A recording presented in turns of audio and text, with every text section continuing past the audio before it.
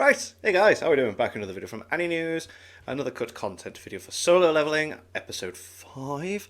I really enjoyed this episode. I thought it was really cool. I thought the animation was pretty spot on, and I loved the mystery and intrigue that built up near the end of the episode. But my God, do I hate the cliffhangery episodes? At least it's a decent anime.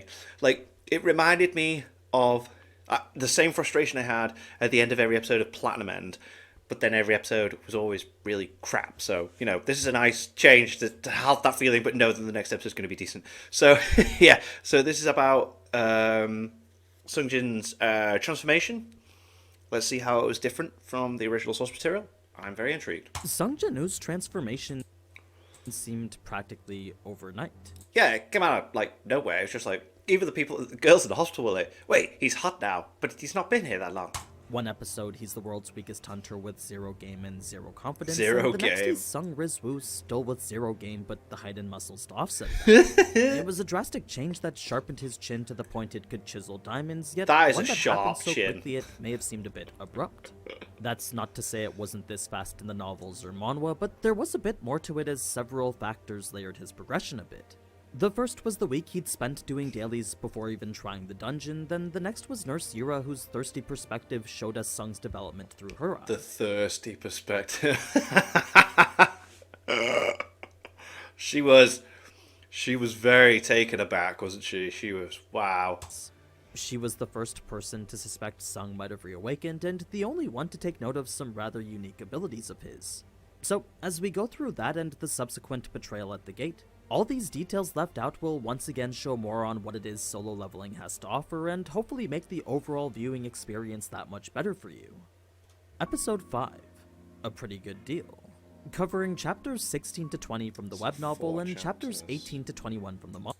18, no, 20, yes. Onward.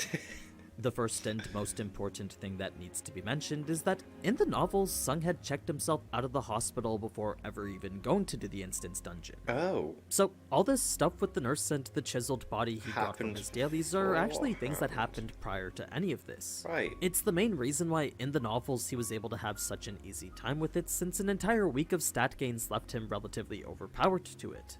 Now, the way the novel had decided to show how Sung was changing was neither through Sung nor a account of all his training, but rather through Nurse Yura Choi and the various observations she'd made about him. Okay. You see, it was late at night after a long shift at the hospital that Yura was out having dinner with the very friend who got her job at the hospital.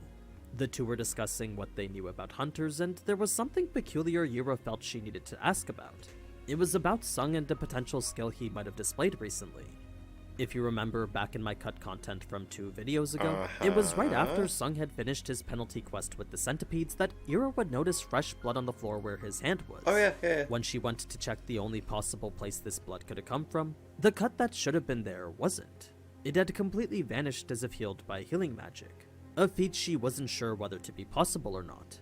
So, as Yura asked her friend how it was hunters were able to heal so fast, the only answer she got had to do with healer class hunters. Right, yeah. To her, them and their magic was the most common way hunters healed themselves. Yura then asked if it was possible for a hunter to heal themselves while unconscious, and that was something to which the answer was a lot more ambiguous. It's like, You see, can they? the I only don't know. recorded Maybe. instance of Not a something healer like that myself. was through the special skill Regeneration, an ability unique to magic beasts ranked A or higher, and Oh, okay. Oh, wait. not even all of them, since only a select few ever displayed this skill. Oh, right, so it's not a skill that hunters have. But, okay. It was an extremely rare phenomenon that she'd never even heard to be exhibited by a hunter before.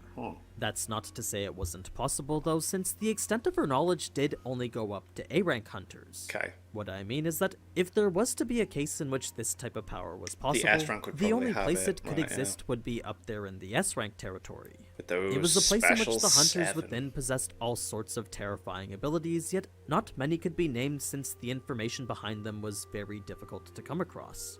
There was the one who could transform into an actual monster himself, but other than that, the rest could be literally anything, including the ability to heal while unconscious. So, though the ability was very unlikely for a hunter to possess, it wasn't impossible for those up in the S rank. An interesting thought, since Yura knew for a fact this was the power Sung displayed, yet contradictory since she also knew he was far and away at the E rank level. His rank was something she had become a little bit curious about, and out of a need to satiate such a feeling, Yura had done some research and read up on his profile. So His she public knows for records, definite all he of is, which like, were available so on the Hunter low rank. Association's website. At first, she was confused since none of this made any sense, but then she remembered something she had overheard the other day. She recalled the mention of him reawakening. She wasn't in the room when any of this was talked about, but she did know that this was the topic of conversation when the Hunter Association came around. That being the case, if Sung truly did reawaken as a high-level hunter, then this was the worst-case scenario for her chances of getting close to him. She felt she probably couldn't even become his friend anymore, since just the idea of meeting an S-rank was near impossible these days. Damn, this is so interesting because like she has like nothing to do with anything in the the anime episode, man. They've cut out like a whole relationship here. That's mad. That's crazy to me. Their low numbers made them extremely coveted, and of the people who did get to meet them, they did so within their incredibly busy schedules. Obviously, this wasn't the state that Sung was in now, but Yura knew it was the inevitable outcome once word got out that he was an S-rank. Fortunately, that meant she still had time though, since it was pretty evident no one had caught wind of his newfound power yet. No one, of course, except for her. So, knowing this was her only chance to gain favor with Sung, Yura began scheming of all the things she could do to try and befriend him. I mean, it wasn't every day you were given such an opportunity, and the potential value behind it was near immeasurable. In fact, there were people who would spend enormous amounts of money just to meet an S-rank, and even then that still wasn't a guarantee that you would get that meeting. This made Yura excited at all the possibilities awaiting her, and the grin on her face was all but indicative of it. She couldn't stop smiling at the thought of this secret she had all to herself. The next day brings us back to Sung's perspective, and with a week having passed since starting his dailies, the difference in his body was starting to become a talking point for the nurses. Occasionally, he would check himself out in the mirror, and he too would admire the increased height, trimmed fat, and wider shoulders. Why not? To him, Doing well, he felt lad. he just looked not as frail anymore. All sorts of useful muscles had started appearing across his body, and his body itself felt overall more nimble and agile. It was obviously too much of a change to attribute to exercise alone, so the only explanation was that this was his stats changing him. In order to maximize the usage of his rising strength, his body was growing in a way that would allow that, leading to that thought that perhaps too much more may lead to that bodybuilder-type body. Oh, you did mention Now, that in the anime. more and more the We didn't get to nurses see would the start to take comedic notice of him, and pic, eventually though. it got to the point where it was just straight up uncomfortable. Since his goal was to raise his stats without anyone knowing, Sung knew it was best to discharge himself and continue his training elsewhere. Luckily, this was something both the association and the hospital were hoping for, since the time and money spent on him were assets they probably felt were wasted. I Yeah, mean, 'cause he's this so low was rank, after like, all why a bother, hospital yeah. only for hunters, and to continue to give Sung that VIP treatment was to divert those same resources from someone else who was a higher rank. Unlike the S-ranks who received small portions of an entire country's budget to get healed, Sung was just a freeloader costing them money at this point. So it was right as Sung was in the middle of his discharge process that Yura would make her move and ask for his number. She seemed quite sad at the fact that he was leaving, but that was probably the very thing giving her the confidence to do this now. Crazy. Loads was cut out. Loads was cut out. This is a shame. The encounter had gone pretty much the same, but rather than her cell phone, she had instead given him a notepad. She had forgotten to bring a pen as well, but fortunately for her, Sung was able to materialize one out of his inventory. Oh, cool. It was the fourth time the random loot box item had actually come in handy for him. In the anime, these were only mentioned to be useless trinkets, but in the novel it seems the daily loot box wasn't so random at all. Most, if not all, the rewards from them eventually found their use. Huh. One day he received a raincoat, then the next day it ended up raining. Raining. Oh my Another, god. his water cooler ran out of cups, so the reward for that day was a cup to replace them. It was as if these random rewards from his dailies were Knew what was practically gonna tailored happen. to him. That's crazy. That's just a small bit of information I found interesting, but the important thing to know is that all this was still in the hospital. All that training and all this discovery of how the system worked was before he left to take on that instance dungeon. Only after he discharged himself did he finally go and do the stuff from episode 4. That then leads to the level ups and discovery of his attributes from within the dungeon, which to me I found was a more gradual lean into a system Sung was kinda just thrust into. We were given those deeper explanations of agility and perception that I mentioned last episode, and all that worked towards easing us into how it is this system really aids his evolution and transformation.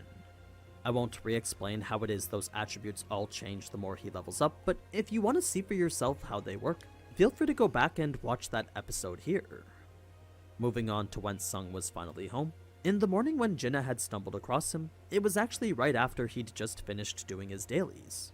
This was quite the shock to Jinna because, as a student who woke up at dawn to do as much studying as she could, it was rare to see him ever be awake before her. Right. Oh, The so reason that's he why was she was surprised. Like, she says, "Oh, you're up," and he's like, "Yeah, I've been up." Like, doing his dailies immediately was mostly to try and get another key for an instance dungeon. He'd been trying for the past 4 days after completing the last, but unfortunately got nothing but Not random dropping. rewards not nearly as Damn. useful. This did also mean he had 4 days of stats waiting to be RNG. applied, but with zero certainty on where he wanted to put them, a lot of thought was needed in order to make a decision. So, as he went through each and every attribute, strength was good and something he didn't regret. Agility was essential when facing stronger enemies, but not so much when facing weaker ones. Yeah, he kind of said, like, right, it's cool. I need my strength up, but if I can't hit anything, what's the point? Even so, with the way it went practically hand in hand with strength, it was right up there as just as important. Perception was useful for detecting threats and sensing auras, while vitality was as useful as having more health allowed it to be. When it came to intelligence, though, this was the one thing that Sung really wasn't sure about. Yeah, because he said it was to do Despite with bringing magic, it all the wasn't way it? to level 27, he neither felt smarter nor felt his memory improved. His mental processing didn't become faster either, so all this was what led him to the conclusion that intelligence was magic related. Right. Something he knew he definitely didn't need right now. That still left all the other 4 though, so when it came to prioritizing between one or the other, the ranking he chose for each of them was this. First he would invest in agility, next he would focus on perception, Sense. then after those he Then would health, maybe right. do some vitality. Since strength was already at a decent level, Sung figured now would be a good time to balance out all the other attributes. Specifically agility, since this was clearly the most important after strength. With this being the attribute that sped up his vision and made his enemies seem slower, it was the core factor determining his success at dodging and subsequently his ability to counterattack. It didn't increase physical speed like how Sung initially thought, but with strength doing all that instead, the two worked well together to improve both his reaction time and his ability to move quickly. It created this effective synergy that made the two practically essential together. Strength meant nothing if he couldn't hit his target, and landing an attack was useless if he had no power behind it. So this was Level the core it. Wow, reasoning yeah. behind why Sung decided to level up his agility now. As for his choice to neglect vitality, well, agility just didn't synergize well with it. It wouldn't make sense to level up an attribute whose purpose was to tank hits when at the same time your focus is to level up an attribute that made evading enemy attacks easier. It would be a waste of points in a time when every point was essential.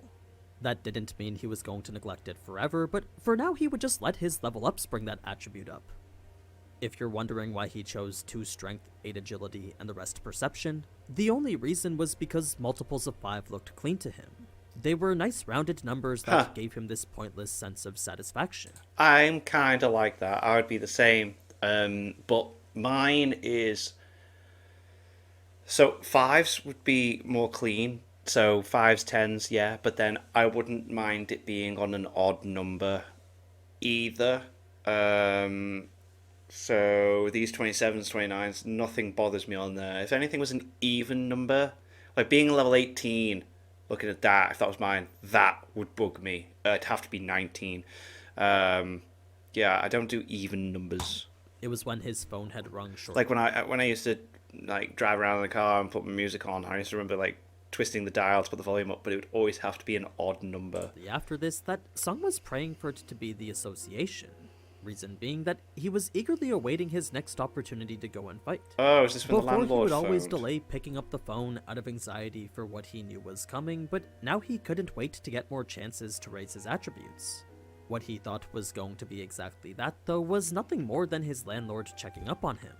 He wasn't just inquiring about the money, though, because as a person who'd looked after Sung since he was little, he was always making sure him and Jinna were doing alright. Oh. That included never raising the rent in all the years they'd been there, and Makes more sense as to... Because I was like, wow, that's one understanding landlord that is not bugging him for anything. It's just like, yeah, if you need to wait, it's fine. And that's what explains why he was like, no, I'll get it to you. Because, right, okay, God, this is boss. even offering to delay it whenever he knew Sung was struggling a bit. There you go. So, in a time where rent was always increasing, the landlord had kept Sung's expenses at a measly $375 every month. Nice. That still put a major dent in Sung's pocket, but it was something he could afford and still have cash left over. Granted, it was only like $200 to spend on everything else, but it was enough to get by until his next money-making opportunity. So, though the landlord in the anime was portrayed as a caring individual, the extent of it wasn't fully shown as he truly emphasized how Sung needed to always put his family first. He knew Sung was taking care of his mom and sister and didn't want him neglecting his body in order to do so. Now, this did still leave Sung in dire need of cash, which in turn led into the explanation of how it was hunters made money. I'm sure you're familiar with the core methods of how they do, but to expand on it just a little bit, everything pretty much came down to rank. Obviously, the easiest way was by slaying monsters, but if you were fortunate enough to have an A or S rank, that privilege also came with sponsors, commercial cameos, and even TV appearances. Right, cool. All additional sources of revenue It that did the show lesser that, ranks yeah, weren't okay, exposed to. For those who were below the A rank, your income was dependent on both the quality and quantity of the dungeons you did. The quality was dependent on how capable you were, and the amount was determined by how experienced you were. So, for Sung, who had neither the experience nor the rank, the amount of options he was presented with were always very limited, forcing him to have to look for a position in a private raiding party sometimes. These were hunters too weak to join a guild, but at the same time too strong to do work for the association, putting them in an awkward position filled with inconsistent raids and incomplete parties. But even so, the raids they did get often led to thousands of dollars monthly. It was more than enough to keep themselves financially stable. They got the Unfortunately, cash. the same couldn't be said for Sung, and before you ask why it is he just doesn't get a real job, the reason is because he was always on call with the association. If they were to call while he was on a shift, the cost of missing out on both that experience and pocket money was definitely not worth whatever minimum wage he'd be making at a real job. Yeah, but wasn't it also, from my understanding, that the healthcare from being a hunter helped cover his mum's payments in the hospital? Wasn't that a thing as well? I'm trying to remember. I'm sure that was a thing. So his only option was to find a job here on the hunter board. That's when he saw the newly posted raid with Wang, and after a short phone call then cab ride over, his position was set and job confirmed. A few things to note about the contract though is that, unlike how it was with the association, raids done privately had zero insurance. The line of work was so incredibly risky that no rate made it possible for insurance companies to make a profit off of it. The next was a segment which stated he wasn't allowed to fight, and that's something that we're going to talk about in just a little bit. Before that though, we need to highlight Sung's annoyance with Yu Jin-ho first. So, Seems to both get the on with novel him. and manhwa had Sung straight up trying to ignore him, Alright, yeah, because he did seem to, like, find him slightly annoying, but he was, like, just okay with him. but I think the manhwa portrayed it best. From the fed-up facial expressions to the not-so-subtle bits of envy, Sung was very much trying to distance himself. Of course, Jin-ho just kept on talking anyway, and it's that oblivious persistence that really hammers home the type of character he is. Now, despite all of Sung's newly attained power, he was still tense whenever he stood in front of a gate like this. After years of treating each as a battle of life and death, it wasn't so easy to that's not something you dissociate can those just get rid of. memories of No. pain from these new ones of leveling up. Yeah, regardless, that's still going to stay with you for a bit, isn't it? Like, oh my god, whoa. There was lingering trauma from all the times he'd been hospitalized. It's when we get into the gate itself that Sung would use his enhanced perception to determine exactly what it was they were dealing with. To everyone else, the dungeon appeared empty at first, but to Sung, he knew right from the get-go the monsters they were dealing with were insects. Now, insects were a particularly troublesome type of enemy because not only were they hard to kill and attacked in groups, but their dominance on the ground meant getting knocked over was an instant death sentence. Oh wow. The type that no hunter ever wanted to see in a dungeon was a nest of ants, since those were the most difficult out of all the insect beasts. Right. There were numerous stories of hunters entering what seemed like an easy dungeon, only to get wiped by a coordinated onslaught of relentless ants. Luckily, this wasn't what Sung was dealing with here, but had he not called out the initial ambush from above, it's likely a lot of the party would have died from getting knocked over. He had saved Damn, pretty much ungrateful everyone bastards from that then, after what instant death happens, sentence I was Jesus. talking about. Now, the part of this that made Sung so incredibly frustrated was the fact that he couldn't fight no matter how badly he wanted to. Since his contract legally prevented him, all he could do was watch and analyze. He would think about how it is he would approach the battle, then observe every opening and envision a counterattack. The part that went to frustrate him the most, though, was that despite all these openings making the bugs easy targets, not a single hunter fighting was seeing them or capitalizing on them. It was a bunch of missed opportunities that left him looking like this. Oh, wound up, just like, It's what's the after point? this that I the could do anime, better. manhwa, and novel all make their own creative decisions, and the core difference between them is the way that the betrayal is set up. You see, the anime doesn't really hint at it at all, whereas in the manhwa numerous signs are given right from the get-go. Oh. There's evil eyes, shadowy faces, and a literal warning, all of which make it abundantly clear that that's where we're headed. They had even made Huang say he hopes Sung's instincts don't pick up on anything unnecessary, and if that wasn't enough, they had Sung himself reaffirm it.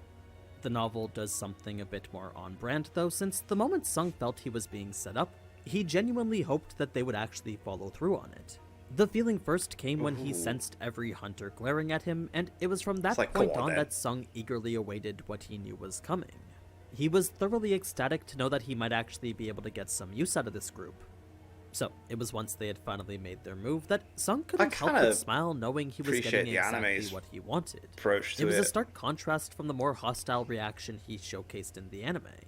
Whereas Sung was surprised and a little bit angry, in the novel he was stoked and focused on the opportunity that they'd just given him.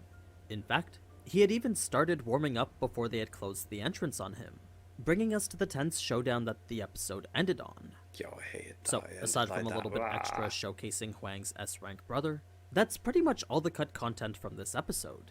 Now, I'm curious to know which approach you would have liked to see better. Would you have wanted the more eager betrayal from the novel, or perhaps the more tense surprise betrayal from the manhwa and anime? I prefer the Let me know anime, which man. down in the comments.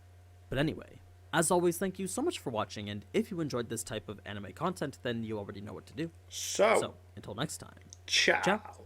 Class, mate. There's so much left out. Like, that's mad that the nurse had so much going on in the original story that was just out. And yeah, damn. But I am really enjoying the anime. But again, I like seeing what was changed, what was left out, what originally happened, and I just hated that cliffhanger ending because I just really want to know what happens next. I really want to see it. But yeah. Thank you to my patrons. If you want to have your name at the end of every video I upload, and check out exclusive reactions that are only on my Patreon page, $1 a month gets your name at the end of every video and the opportunity to see those. And yeah, so thank you to that. And what do you guys think of that? What do you guys think of this? Click like, subscribe if you haven't already. Leave comments down below. Let me know what I should watch and discuss in future videos. See you guys next time.